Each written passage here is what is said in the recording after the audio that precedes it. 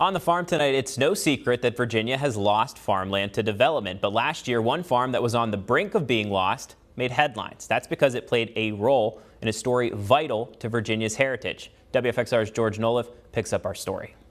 The Chincoteague Pony Swim, part of our rich Virginia heritage, made world famous in the Misty books by author Marguerite Henry. Much of the Misty legend happened in a real place, the Beebe Ranch on Chincoteague Island. At this time last year, what was left of the ranch was in question. The family wanted to sell it, developers wanted to buy it, and the Museum of Chincoteague wanted to preserve it. Preservation won out. So I think we're going to replicate that up on the top here. Unbelievable dream come true. That's Cindy Faith. She's the executive director of the museum. It was donations from thousands of people around the world that made the purchase possible. Faith says love of horses and a love for the books of Marguerite Henry are what fueled those donations to save the ranch. Gosh, Marguerite Henry, what a great author. She just really knew how to write a story where kids can just feel a part of it. The books are well written, the pictures are beautiful, and stories are timeless, so we couldn't be luckier. All that love she had in her heart for horses and ponies, but Misty was the first one. And if you want to find some of those people whose love for the Chincoteague ponies helped preserve a part of history, all you have to do is swing by the museum.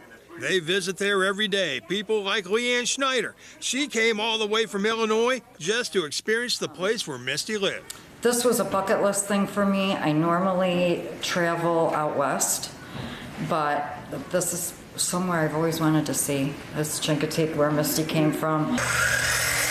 So now the renovation work started. AJ Savage is one of the folks working on the project. Put a couple up here.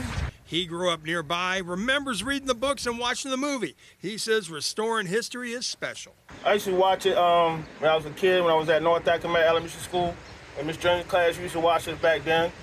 So it's pretty awesome. Eventually, sometime in the next year, the ranch is going to be open for public visits so people can explore history, Misty's history. And that, says Cindy Faith, is when the real excitement is going to start. If Misty only knew, right? Yes, nobody would ever know. Nobody living here at that time could have possibly imagined 80 years later what people would be saying and thinking about a book that was written about the island. It's really mind-blowing. How y'all doing, folks? The museum was able to purchase the ranch for $625,000. That was the hard part. Now the plan is to restore the house, then rebuild a barn lost to fire, and eventually set up a classroom and learning center.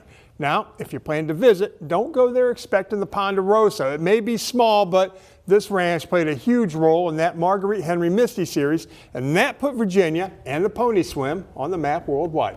So, George, are they actually going to recreate what the house looked like on the inside? They are. And one section of the house is going to be highlighted. It's really cool. It's the kitchen. Now, get this.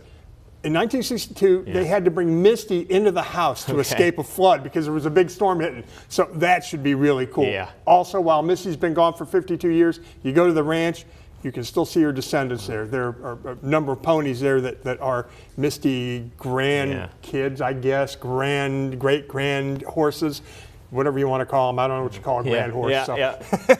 And what a cool update. You know, I remember when you did this story last year, it was kind of like a somber tone to it. They weren't sure what was next, and now, you know, looking back on it, the tone of that story much different. A lot different. Very happy ending to this one. Thank you, George.